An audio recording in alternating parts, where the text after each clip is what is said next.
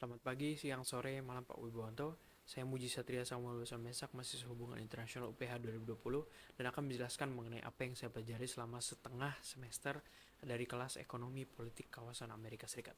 Yang pertama adalah konsep dasar politik dan ekonomi. Saya mempelajari bahwa politik dan ekonomi adalah dua entitas yang berbeda, dan walau berbeda tidak dapat dipisahkan karena saling mempengaruhi secara erat satu dengan yang lain. Ekonomi menggunakan logika pasar dan cenderung untuk berusaha keluar dari kontrol politik dan menjadi bebas sebebas-bebas. Sedangkan politik itu bersifat mengikat, mengontrol, mengatur dan membatasi untuk dapat mencapai tujuan nasional seperti keamanan nasional misalnya. Kemudian mengangkat kasus keruntuhan investasi di tahun 2007 hingga 2008 di Amerika Serikat hanya dapat diselamatkan melalui infusi dana yang besar dari pemerintah, menunjukkan eratnya politik dan ekonomi yang walau berbeda tidak dapat terpisahkan.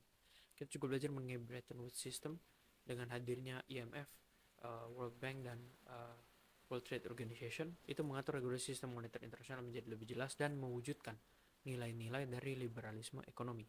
Kita juga belajar mengenai Introduction to Latin America as it is, mengenai Amerika Latin, mulai dari sisi geografisnya, kekayaan alamnya, hingga populasi dan juga masalah-masalah yang hadir, mulai dari deforestasi, peningkatan karbon dioksida, urbanisasi yang menghadirkan ketimpangan sosial, kemiskinan, dan kriminalitas yang tinggi, dan dihadapkan dengan regional complex theory, di mana untuk memahami negara dan kawasan ini kita memerlukan pemahaman mengenai kekuatan negara yang tidak lepas dari major power country seperti Amerika Serikat. Untuk itu kita mulai mempelajari Amerika Serikat mulai dari The Other Americans, mengenai sejarah Amerika Serikat mulai dari kolonisasi dan juga suku Indian atau suku asli di benua Amerika yang diperbudak untuk melakukan berbagai pekerjaan. Dalam bacaan ini disebutkan bahwa pada masa itu mereka diperbudak untuk melakukan tambang emas, perak, perkebunan, pertanian kapas, gula, dan juga pembangunan serta berbagai perbudakan lain yang pastinya mengorbankan nyawa dan disebut sebagai genosida. Ini dijustifikasi berdasarkan Manifest Destiny atau Gold Glory Gospel dan dilakukan untuk alasan tersebut. Akhirnya ini menjadi bagian gelap dari sejarah Amerika Serikat. Kemudian kita berlanjut untuk memahami Amerika Serikat dari sudut pandang kepresidenan Amerika Serikat atau dalam US Presidential Power and Leadership. Ini menunjukkan bagaimana Amerika Serikat yang memiliki presiden yang adalah kepala negara itu tidak serta-merta membuat dia sangat berkuasa atau dapat melakukan segalanya. Sebaliknya, segala hal yang dilakukan oleh presiden itu memiliki limitasi-limitasi atau tantangan-tantangan tersendiri. Presiden juga memiliki peran lain seperti Commander in Chief, Chief Diplomat, Chief Administrator, dan berbagai peran lainnya yang juga menghadirkan tantangan-tantangan bagi presiden. Dan tantangan lain itu juga seperti masa jabatannya, pergantian birokrasi, itu akan menjadi tantangan tersendiri bagi presiden kepemimpinannya. Kita juga belajar mengenai kebijakan luar negeri Amerika Serikat dalam The Politics of US Foreign Policy, dan saya memiliki dua hal yang sangat penting yang saya pelajari. Yang pertama adalah natur dari proses kebijakan luar negeri Amerika Serikat adalah natur yang sangat kompleks dan rumit, dan dapat digambarkan sebagai proses yang dalam tanda kutip berantakan karena tidak hanya didominasi oleh presiden, tetapi banyak individu yang terlibat, mulai dari penasihat presiden, pejabat tinggi, birokrasi kebijakan luar negeri, kongres, pengadilan, pemerintahan negara bagian, partai politik, dan berbagai aktor lainnya. Yang kedua, proses ini bersifat sangat-sangat politis, tidak bersifat statis tapi dinamis, artinya selalu berubah-ubah dan juga menghadirkan tingkat proses yang kompleks dari satu proses ke proses lainnya. Seluruh prosesnya adalah proses politik, dan politik adalah inti dari kebijakan luar negeri Amerika Serikat. Berlanjut, kita belajar mengenai integrasi ekonomi di kawasan mulai dari Mercosur dan juga NAFTA.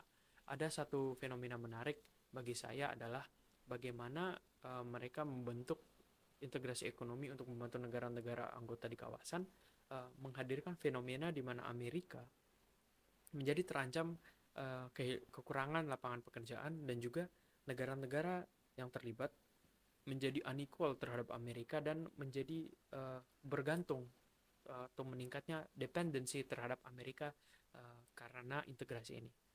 Kemudian kita belajar lebih lanjut mengenai security atau keamanan. Keamanan atau kondisi tidak ada rasa tidak aman atau insecurity. Keamanan dianggap sebagai hal paling dasar untuk mempelajari berbagai studi HI. Kita mulai mempelajari keamanan dengan Hobbes and Kant. Hobbes menganggap manusia adalah makhluk yang egois dan akan melakukan segala cara termasuk mengancam manusia lain untuk dapat bertahan hidup. Sedangkan Kant melihat bahwa manusia meski memiliki sifat seperti itu atau egois atau mengancam, memerlukan manusia lain untuk bisa hidup. Dengan ini muncullah social contract untuk mewujudkan keamanan dan juga institualisasi dalam proses tersebut. Artinya, social contract ini mewujudkan keamanan dan menjamin keamanan individu di bawah suatu institusi, misalnya pemerintah atau misalnya sekolah, untuk melakukan kegiatan bernegara, pemerintahan, atau kegiatan belajar dan lain sebagainya. Kita juga dihadapkan dengan paradigma keamanan, mulai dari keamanan nasional yang menggunakan premis bahwa negara yang aman itu akan memberikan keamanan bagi seluruh subunitnya. Kemudian keamanan internasional, di mana melihat bahwa secara global, bila tidak ada negara yang merasa terancam oleh apa yang dilakukan negara lain, akan menjadikan keamanan secara global. Kemudian keamanan individu adalah keamanan di mana manusia yang dapat menjadi ancaman bagi manusia lain itu tidak menjadi terlalu mengancam. Namun ini menjadi sangat-sangat besar tantangannya karena manusia dianggap sebagai manusia yang berdosa. Manusia adalah makhluk yang berdosa dan ini menjadi tantangan yang besar. Kita juga mempelajari mengenai militer Amerika dan kemudian berusaha memahami Amerika sebagai superpower dan pengaruh kekuatan global. Kita mulai dengan bagaimana membedakan kebijakan atau policy. Kebijakan dibedakan berdasarkan stakeholdernya atau siapa yang dilayani. Jika bisnis policy atau kebijakan bisnis melayani para shareholder atau pemegang modal, maka public policy atau kepentingan publik melayani kepentingan publik. Nah, kepentingan publik dibedakan sebagai national policy atau kebijakan nasional, kebijakan domestik, kebijakan pertahanan nasional, dan juga kebijakan luar negeri. Ini dianggap sebagai kebijakan publik. Dan dalam memahami kebijakan luar negeri ada dua perspektif teoritis, yaitu sejarah dan global, di mana bagaimana negara itu sampai eksis dan bagaimana negara itu menunjukkan dirinya berdasarkan values yang dia punya. Itu seperti Amerika yang mulai dari negara kolonial, mengalami pemberontakan, menjadi isolationist, interventionist, dan akhirnya berlanjut menjadi negara superpower. Itu sangat penting. Kemudian kita juga belajar mengenai government and policy making, di mana tujuan politik itu tidak selalu dapat dan tidak selalu bisa dikuantify.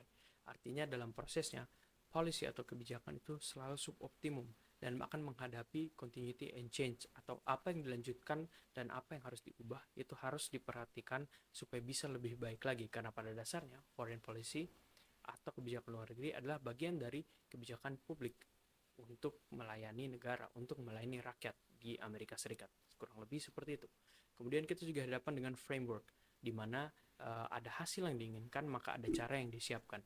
Dari value, individualism, republikan, demokrasi liberal dari Amerika Serikat, ini membentuk national interest yang akhirnya didefinisikan dalam bentuk tujuan politik, didesain dalam satu konsep strategi untuk memperbesar kesempatan meraih hasil tersebut, atau means creating strategy. Dengan means yang ada, bagaimana mencapai strategi. Ini dipengaruhi oleh elements of power, mulai dari potensi geografi, resources, human capital, industri, akses ke pasar, infrastruktur, pemerintahan budaya, dan juga nation will. Kemudian ada institusi dan aktor terlibat, mulai dari agensi pemerintah, IGO, quasi government, partner media, bisnis, civil society, akademia, dan juga semua itu memainkan 4 instrumen of power yang dikenal sebagai dime atau diplomasi, dalam mewakili dan negosiasi informasi untuk menjangkau informasi dari luar dan mengirim informasi keluar. Kemudian military untuk force atau untuk enabling, untuk memperkuat, dan ekonomi untuk memberi bantuan, pintu perdagangan, dan lain sebagainya. Ini dilakukan dengan berbagai cara pula, mulai dari observasi, akomodasi, shaping dengan interventing, persuade, convince, enable, induce, coercing, subdue, dan juga berbagai jenis tindakannya, mulai dari tindakan secara direct atau indirect, unilateral, multilateral, bertahap, kumulatif, aktual, perspektif, dan juga proaktif dan reaktif. Ini juga dilakukan secara terbuka atau tertutup. Ini adalah berbagai jenis tindakan dalam melakukan atau melaksanakan strategi ini. Ini menjadi grand strategy dari national policy Amerika Serikat, dan ini menjadi sangat menarik bagi saya selama ini. Sekian dari saya, terima kasih.